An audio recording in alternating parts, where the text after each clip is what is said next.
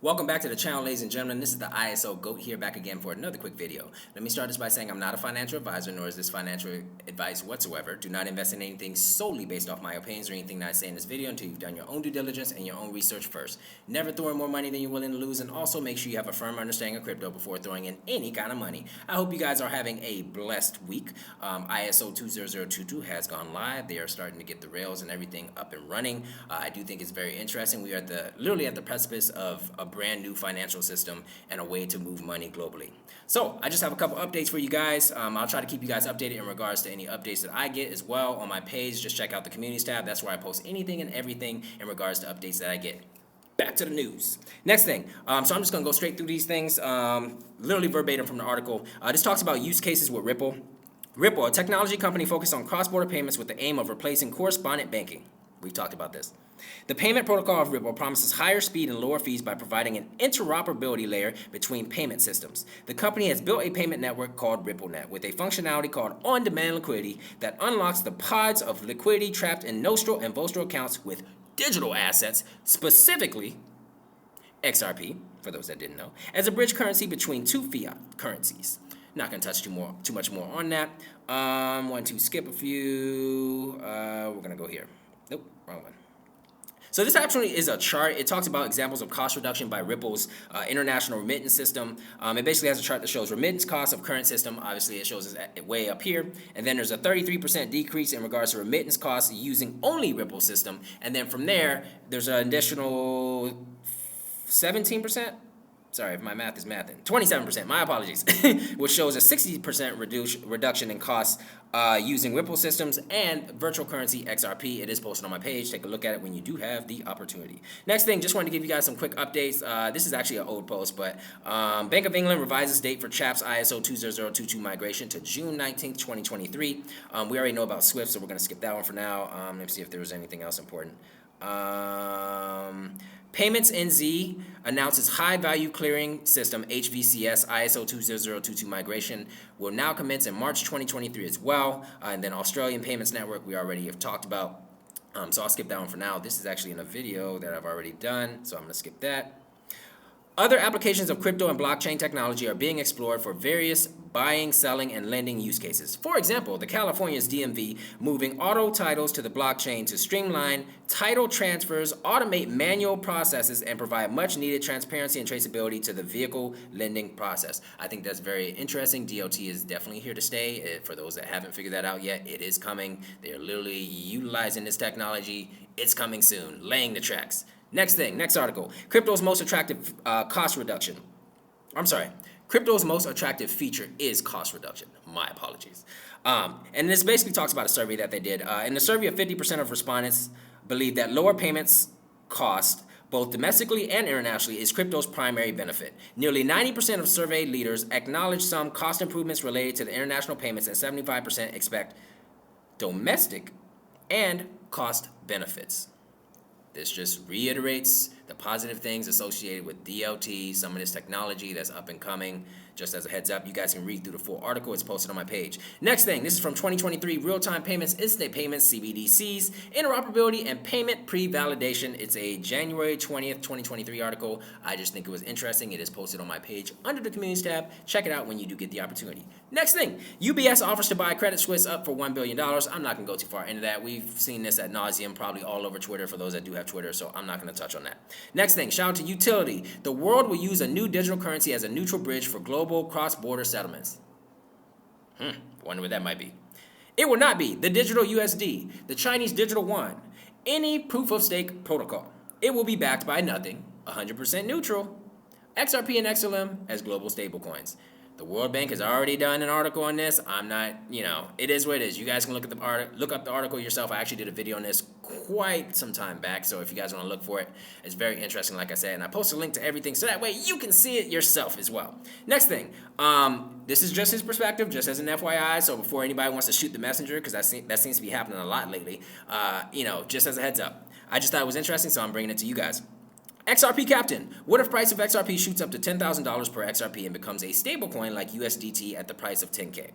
All central banks are using private XRPL for testing the system before they go live. Once they are ready, flip the switches in parentheses. This is the reason why XRPs has price glitches. Remember, David Schwartz said back in 2017. I'm sure you guys follow David Schwartz, so I'm not gonna go too far into it. I don't go too far down the riddle in regards to like the riddles and everything, but I do think it is interesting. I'm just saying that, okay? But he is on Twitter, so definitely give him a follow. He posts a lot of updates, things of that sort. So skip that for now. This is actually about Mojaloop. This is from the RockefellerFoundation.org. This is an older article, just as an FYI. The project is managed by the Mojaloop Foundation, which was launched in early 2020. Its members include central banks, financial services, and technology companies such as Google, Quail, and Ripple, and philanthropies such as Bill and Melinda Gates Foundation and the Rockefeller Foundation. Goes more into detail in regards to CBDCs, Mojaloop, etc. I'm not going to touch on that. Just thought it was interesting. There's also a chart as well that shows how it's like all integrated together. Has Mojaloop in here, Ripple in here, Coil in here, Google, etc. And it's basically a nice visual for those people that are visual like myself. Next thing. I think this was on Twitter if I'm not mistaken. So I'm just going to read this verbatim. Obviously, this is, this person's perspective, their opinion, so don't shoot them for their opinion. Thank you. When the new digital financial system called ISO 20022 goes live, only compliant digital assets will be a part of it. Those who have been following these developments know that the Bank for International Settlements is owned by the central banks, which fosters all international cross-border transactions. It's the tentacles of the central bank which has been testing the central bank digital currency for years now. March of 2023 marks the start of the migration of all transactions into the new ISO 20022 financial system and will take 3 years to complete, as trillions is processed daily through cross-border payments. The estimate of completion is by March 2026, and once completed is when we'll see the implementation of the new financial system. Ooh la la. As far back as 2008, we've been witnessing a controlled demolition of the old legacy banking system.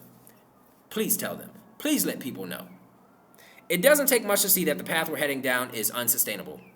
Keep kicking the can down the road. I literally say it in like almost all of my videos. Just a thought.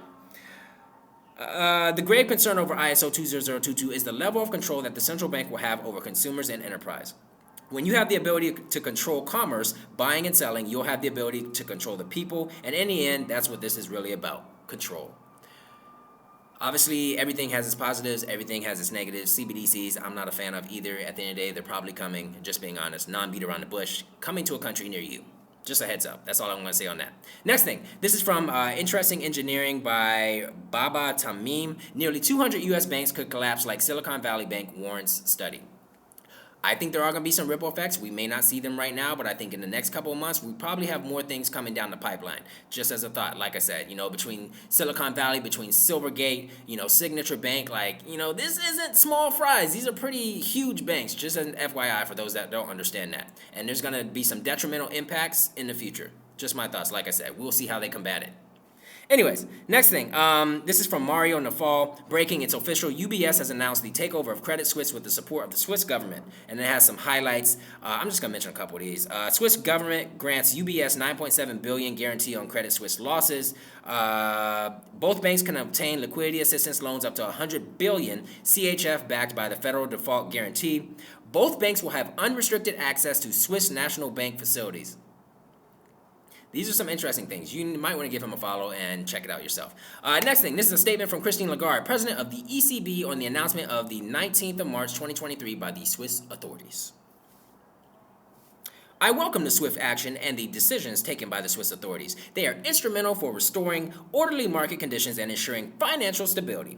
The euro area banking sector is resilient with strong capital and liquidity positions.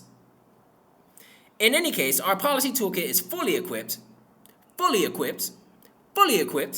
to provide liquidity support to the euro area financial system, if needed, and to preserve the smooth transmission of monetary policy. Mic drop from Miss Lagarde. Shout out to you, girl. Next thing, this is the Migration Monitor. It's actually just an article. It's 8 pages. You guys can check it out. I posted it on my page. Take a look. Next thing, this talks about line of credit service. I don't know if you guys understand it, but I'm just going to read it to you. It's literally verbatim. It's very simple. With a line of credit from Ripple, financial institutions can use XRP to complete instant, low-cost cross-border transactions. How is this done? Ripple allows financial institutions to lock in a rate at the time of the payment and then pay it back at their convenience for a small fee. This offers an alternative to freezing up capital by financial institutions for cross-border transactions, which is often inefficient, as those funds can be utilized elsewhere when they are not being used. This line of credit service helps enable financial institutions to make global transactions more affordable to their customers. Shed tear.